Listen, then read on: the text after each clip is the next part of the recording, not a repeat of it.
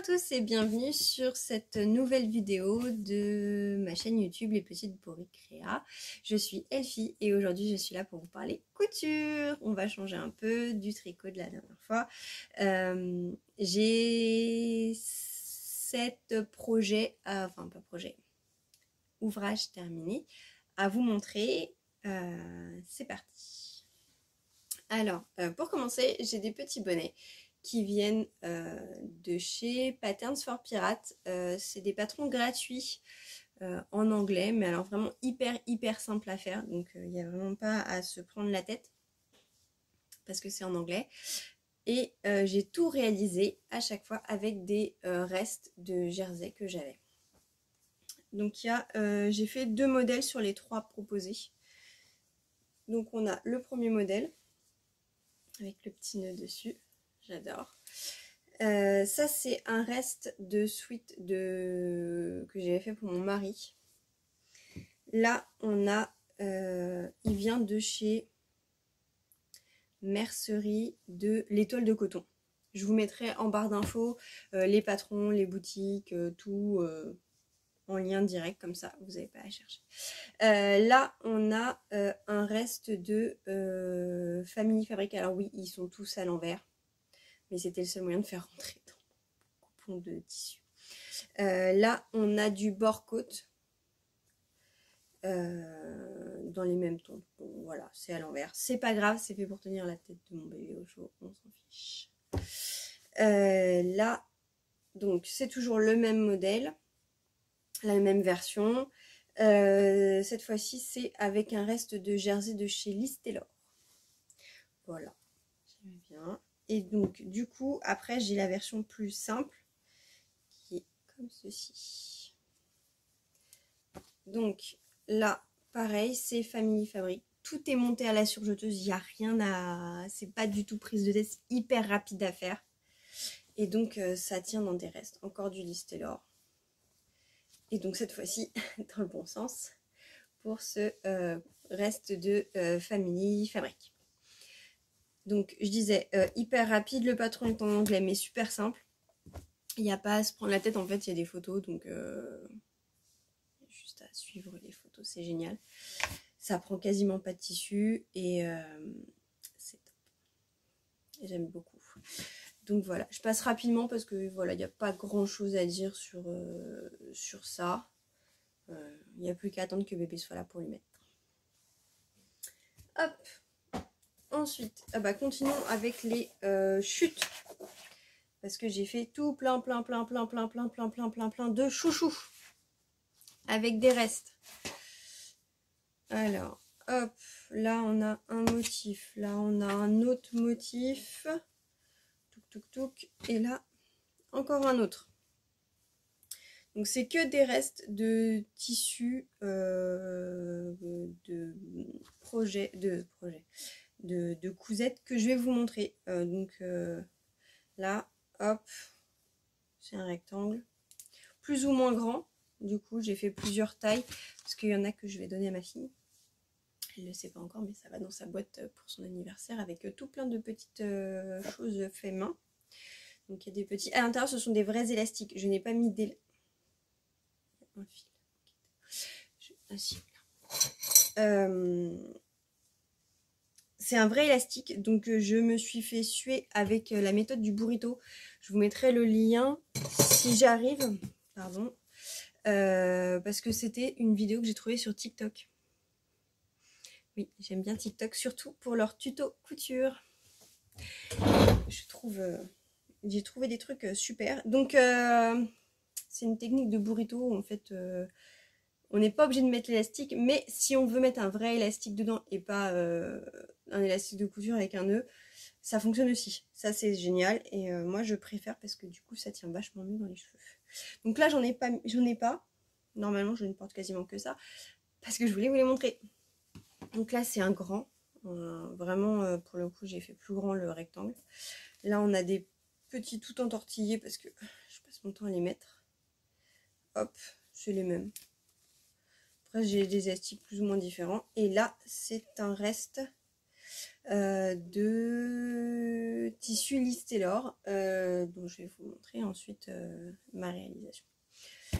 Voilà, j'aime bien. Depuis que mes cheveux ont commencé à repousser, je peux les attacher. Donc j'aime bien ces petites chutes. Surtout que c'est pas la même demande que pour des carrés nettoyants. Ça, c'est vraiment le truc que je fais régulièrement, surtout quand j'ai des restes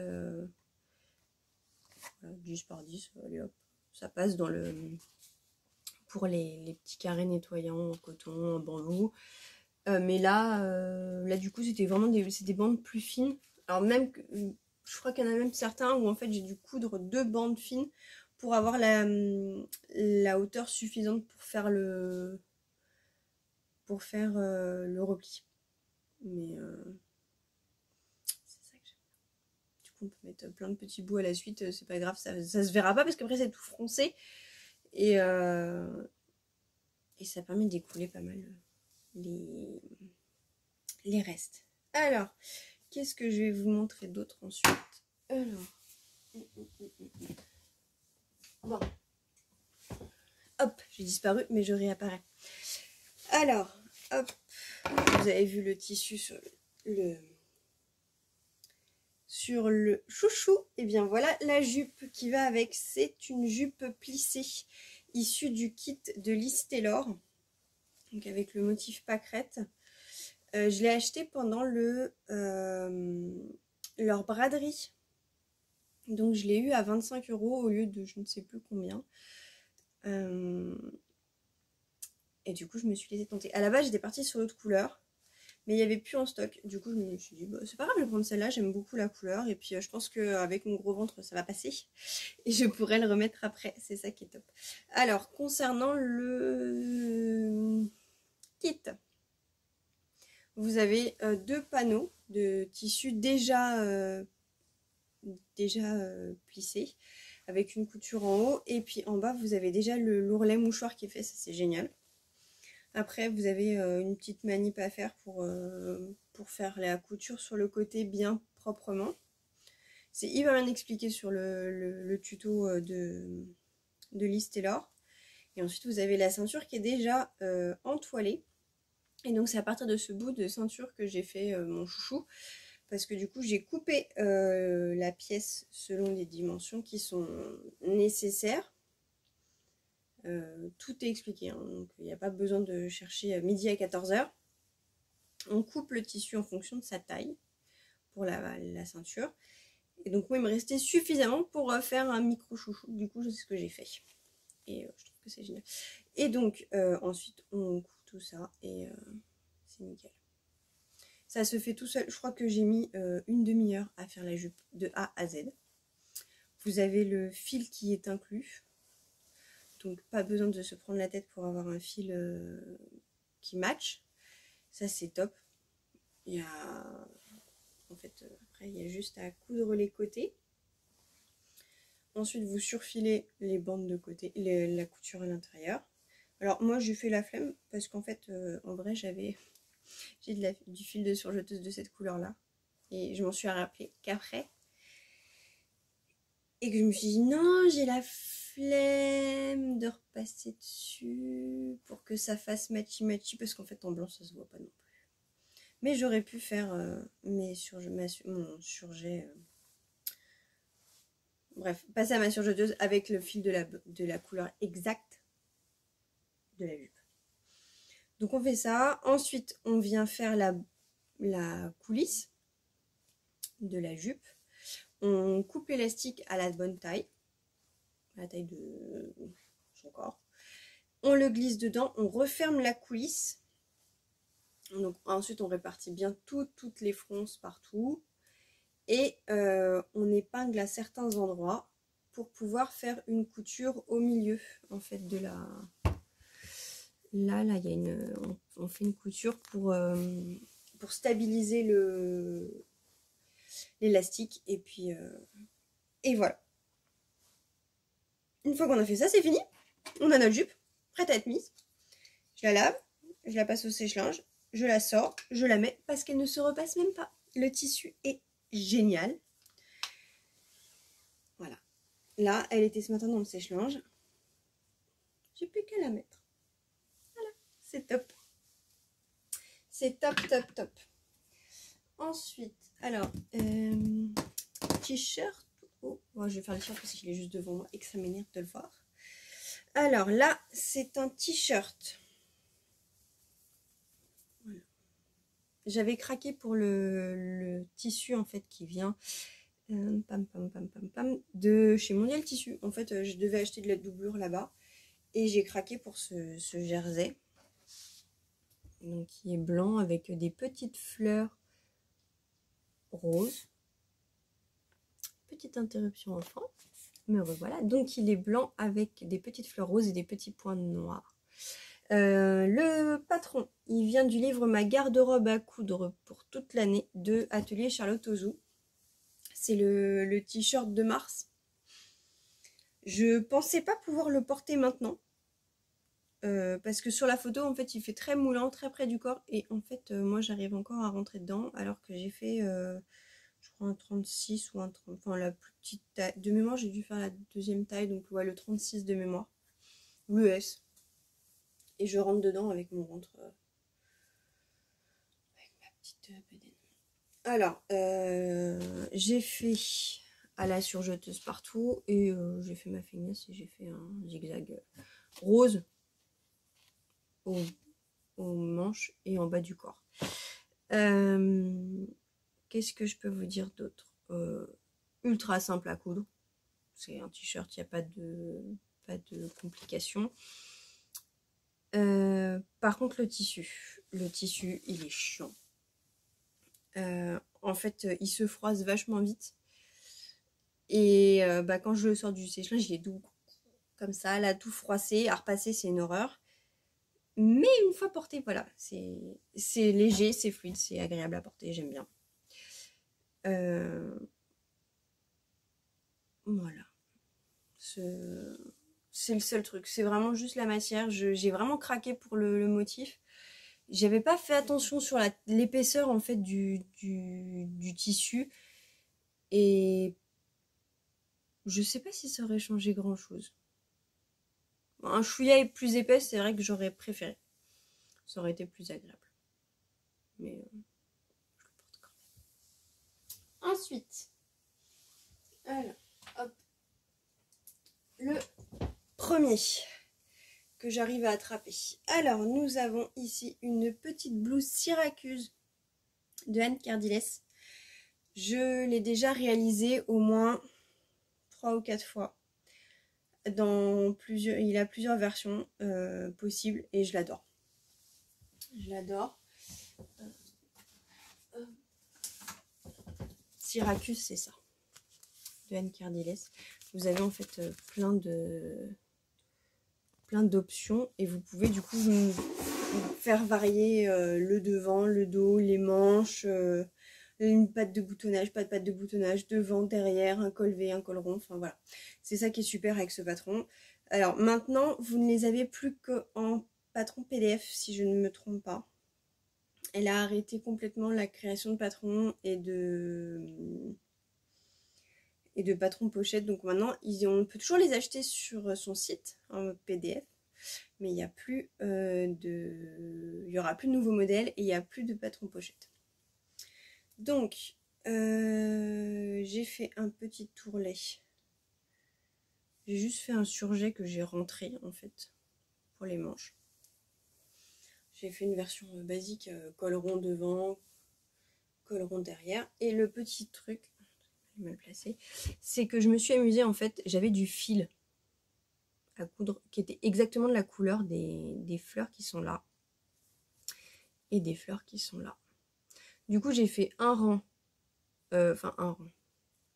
J'ai fait une ligne à l'aide de couture en rose et une ligne de couture en jaune. Et je trouve que ça fait un petit twist pardon, qui est très sympa.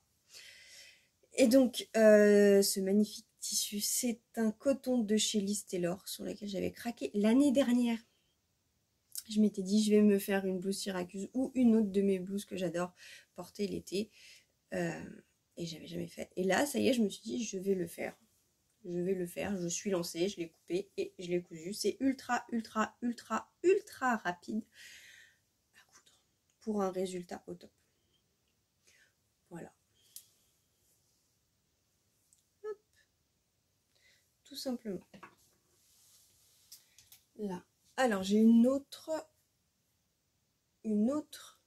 blouse de Anne Cardilles à vous montrer. Je vais vous la chercher. Alors, tadam!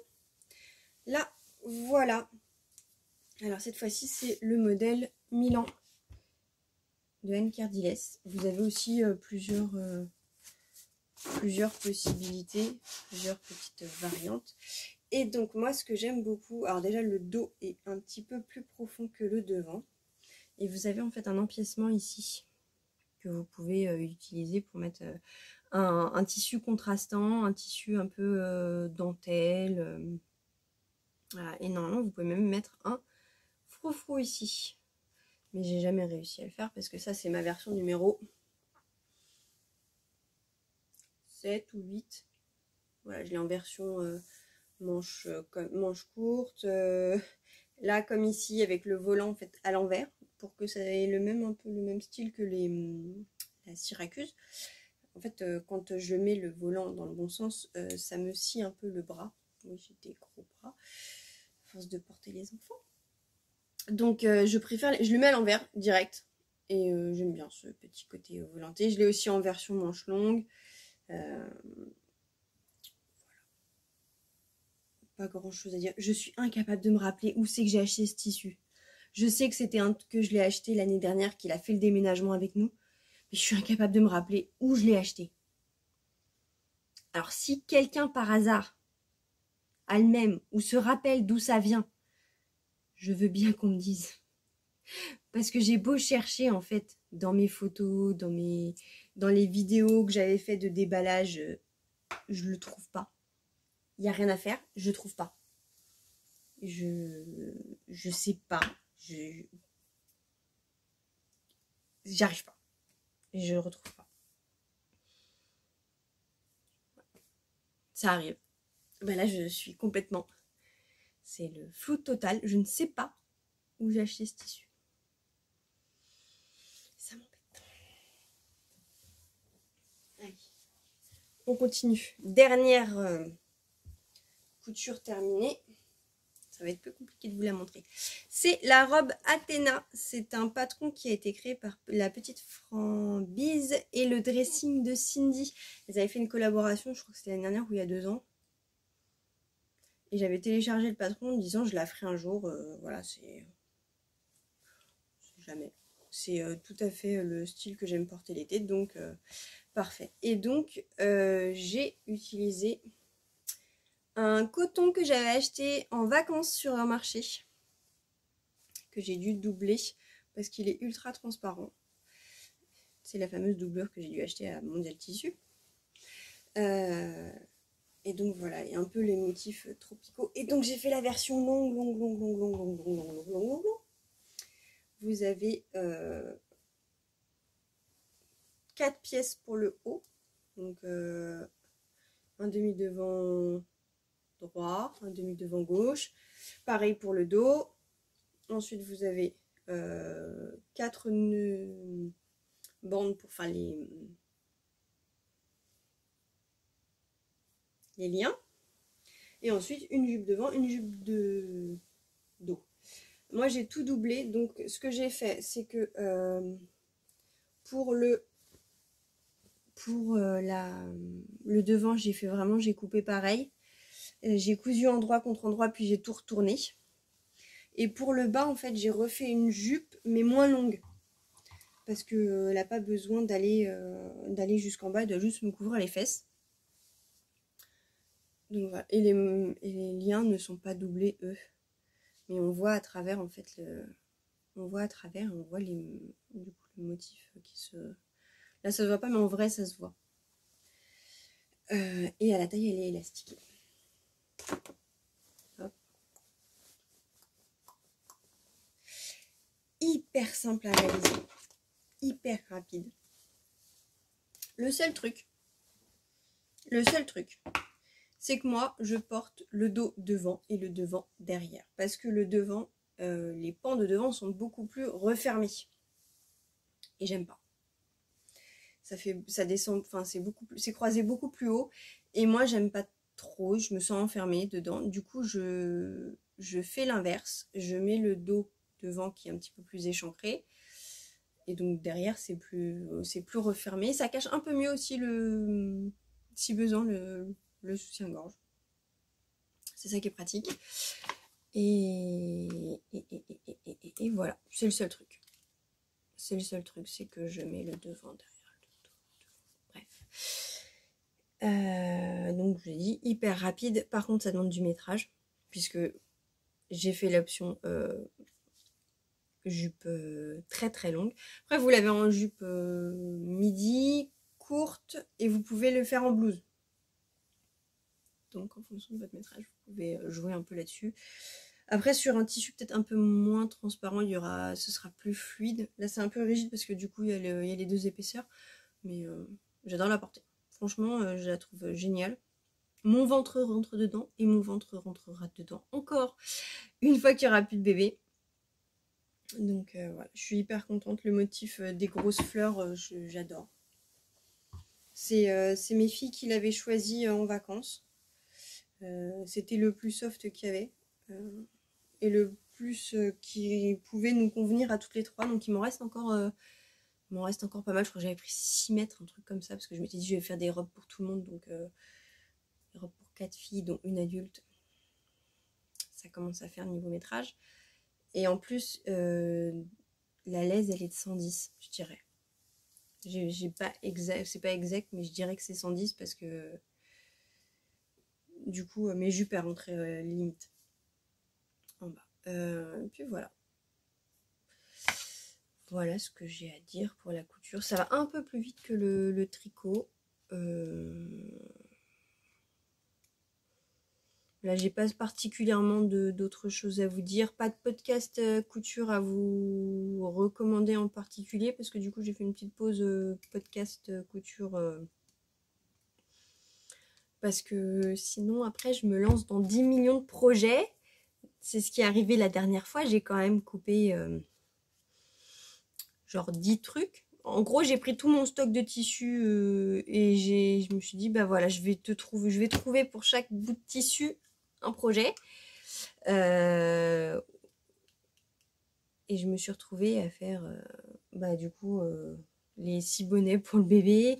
Il y a aussi eu, avant ça, des leggings pour le bébé. Il y a eu, là, il y a les blouses. Il y en a encore que j'ai pas fini, mais qu'il faut que je fasse les finitions. Donc, vous allez me voir rapidement avec un deuxième épisode de couture. Parce que là, j'ai tous les fils à couper encore. J'ai tous les boutons à coudre. Parce que j'ai décidé de faire des projets, enfin des ouvrages avec plein de boutons. Genre, je crois que j'en ai 15 ou 16 à coudre. Ouais, ça me déprime un peu d'avance. Mais je vais le faire. Parce que c'est des vêtements que je vais pouvoir porter maintenant avec mon gros ventre. Que j'aimerais bien les mettre maintenant. Donc vous allez me voir rapidement avec un autre épisode de couture, avec du coup la fin de cette grosse vague de projets que j'avais lancé.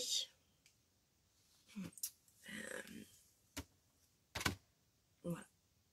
Je crois que je vais m'arrêter là. Avant que mes filles débarquent encore, en demandant si elles peuvent manger quelque chose. Bon, donc je vous mettrai dans tous les cas tous les liens, toutes les infos dans la barre de description. Et puis s'il y a quoi que ce soit, vous n'hésitez pas, vous mettez un petit commentaire. Et pareil, si vous avez des conseils à me donner pour les vidéos en général ou pour la couture, si vous avez des petites astuces, tiens, des petites astuces que vous utilisez et vous n'êtes pas sûr que tout le monde les connaisse, n'hésitez pas et puis on en parlera dans le prochain épisode. Allez, à la prochaine!